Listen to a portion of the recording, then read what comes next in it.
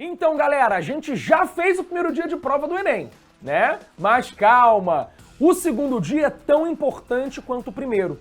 Mas a gente teve uma estratégia que a gente não sabe ainda como é que foi, mas a gente tem algumas aflições. Então a gente tem agora um vídeo para falar sobre uma estratégia vencedora para o segundo dia de prova.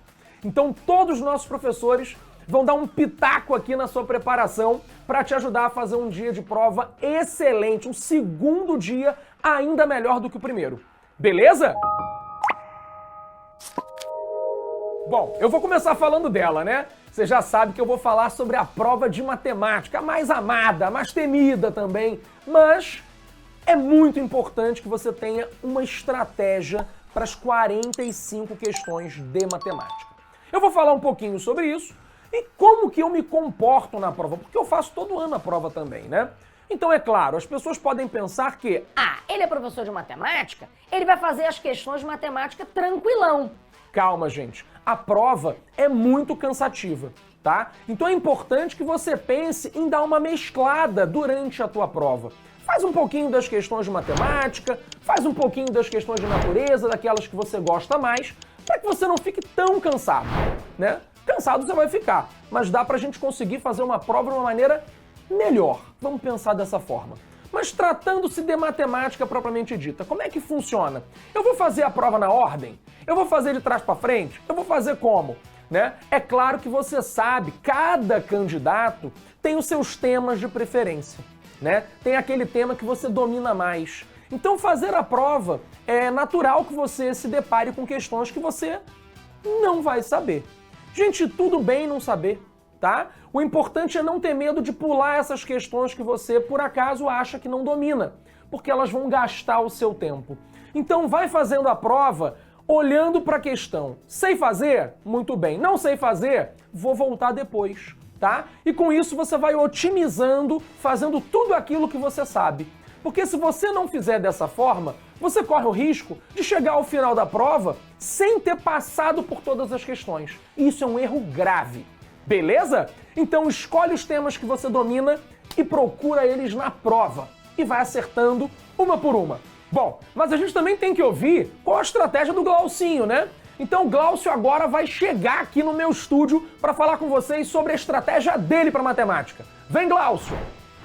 Valeu, Viug! E agora um pouquinho aqui das dicas do seu velhinho. Bom, primeiramente, eu acho que você deve pensar naquelas questões que são muito procedimentais, né? Eu tô falando daquelas funções, aquelas questões de função quadrática, aquelas questões de logaritmo.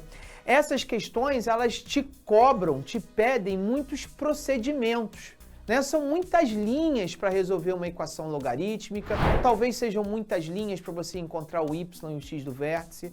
Essas questões, por mais que você saiba, elas te tomam tempo.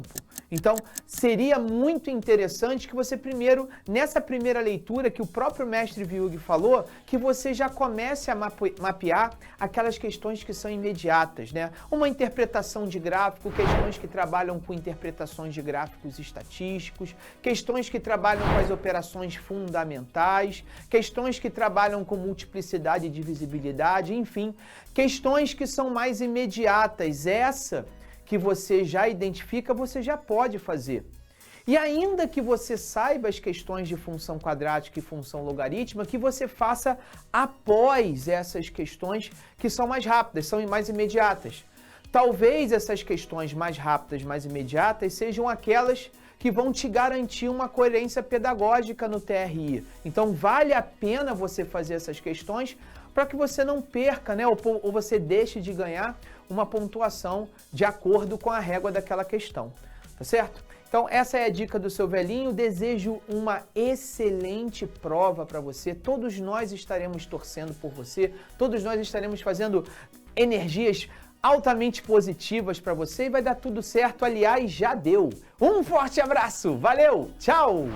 Bom, Glaucio é brabo demais, né, cara? Então, já anotaram as dicas aí? Mas não acabou por aqui, tá? Vamos começar agora com as dicas da Carol. A rainha de química vai trazer toda a expertise dela para te ajudar. Oi, amigo, obrigada! Bom, gente, tô aqui para falar um pouquinho sobre estratégia de prova em química, o que você vai fazer quando você se deparar lá, por exemplo, com uma questão de estequiometria? Olhou, percebeu que é uma questão de estequiometria? Vai demandar um pouco mais de tempo? Marca com asterisco e pula para a próxima. A próxima, com certeza, vai ser uma questão um pouco mais leve. Uma questão, por exemplo, de forças intermoleculares. Uma questão que também demanda tempo, porque precisa de conceitos anteriores. E aí você lembrou de algum conceito? Vai lá e escreve. Polar, apolar, hidrossolúvel, lipossolúvel. E mais, acabou a prova de química. Fez às 14. Lembrou que tem aquela de estequiometria. Volta lá, respira. Lembra da relação entre as grandezas químicas, faz a conta com calma que vai dar certo. Uma boa prova, um beijo e até a próxima. Então, galera, as dicas da Carol foram excelentes, né? O que a gente precisa? Não ficar preso só na química, tá? O Arthur tá chegando agora para falar de física com a gente. Então, Arthur, quais são as dicas para a prova, cara? Fala com a gente. Fala, Viug! Gostei da tua dica, hein? O George Clooney da matemática, grande Viug. Ó, tô aqui para dar uma dica também em física. Presta atenção. Existem algumas questões que os dados são muito quebrados, eles utilizam ali uns números decimais, sei lá, um 24,8 ou um 11,7, que se você for fiel aos números e fizer a conta com aqueles números certinhos que foram dados, você perde muito tempo, umas contas feias, umas contas quebradas, vai fazer você perder esse tempo aí que é precioso, certo? Então uma dica legal, que às vezes acontece isso nas questões de física, dá uma olhada nas opções de resposta, às vezes elas são muito espaçadas. Por exemplo, sei lá, letra A 1, letra B 20, letra C 150. Então como os números são bem espaçados, não custa nada, não vai te dar nenhum problema se você aproximar os valores lá na sua continha. Ou seja, apareceu um 11,7 ali, você chama de 12. Apareceu um 24,8, você chama de 25. Porque isso vai fazer você economizar muito tempo na conta e quando você achar a resposta, você vai achar algo muito próximo. Você vai achar um 1,6, né? E sei lá, e a resposta certa era 2. Mas você sabe que está próximo porque a outra resposta é 20 e a outra é 150. Então, 1,6 está muito mais perto do 2 do que das outras opções, entende? Então, fica atento às opções. Se elas forem muito espaçadas, não custa nada, não vai te dar nenhum problema aproximar os valores durante a sua conta. Isso vai fazer você economizar bastante tempo. Valeu? Desejo a você uma ótima prova, tenho certeza que você vai mandar super bem. Beijo grande. Então, galera, o Arthur é muito sinistro, né, cara? São anos fazendo a prova do Enem e as dicas são incríveis. Eu espero que vocês tenham anotado tudinho. Mas para fechar, vem ela, a biologia, com o mestre Rodrigo Reis. Vem, Rodrigão, chega mais! Muito obrigado, Viug. Agora vamos falar com o pessoal sobre as dicas da biologia. Gente, no segundo dia do Enem, vocês têm duas grandes áreas. Ciência da natureza, que tem biologia, química e física, e tem matemática. E a gente sabe que no segundo dia, o tempo, ele é um fator crucial para o aluno. Eu canso de ouvir histórias de alunos que chegaram ali no final da prova e algumas questões ele não teve tempo de sequer ler. E aí ele saiu chutando. E, gente, isso não pode acontecer. Então, um controle eficiente do tempo é essencial para um resultado incrível no Enem. E como é que você faz para conseguir acessar todas as questões? Você tem que se organizar em fazer a prova por etapas. Porque provavelmente vão ter questões ali que são difíceis. E talvez você tenha que chutar. E não fica se cobrando porque você está chutando uma questão. Só que eu quero que você chute a questão que você tem certeza que você não sabe fazer. Uma questão que você tem alguma limitação ali. Agora, imagina você chegar no Enem nos últimos minutos e descobrir que tem 10 questões que você não fez. Talvez naquele bolo das 10 questões tenha alguma questão muito fácil que se você tivesse lido, você teria acertado. Então, você precisa, para evitar isso, fazer a prova em etapas, fazer a prova em camadas. Faz uma primeira passada, procurando as questões fáceis. E a minha sugestão é que você comece por aquilo que é o mais fácil do segundo dia, que são as questões de biologia.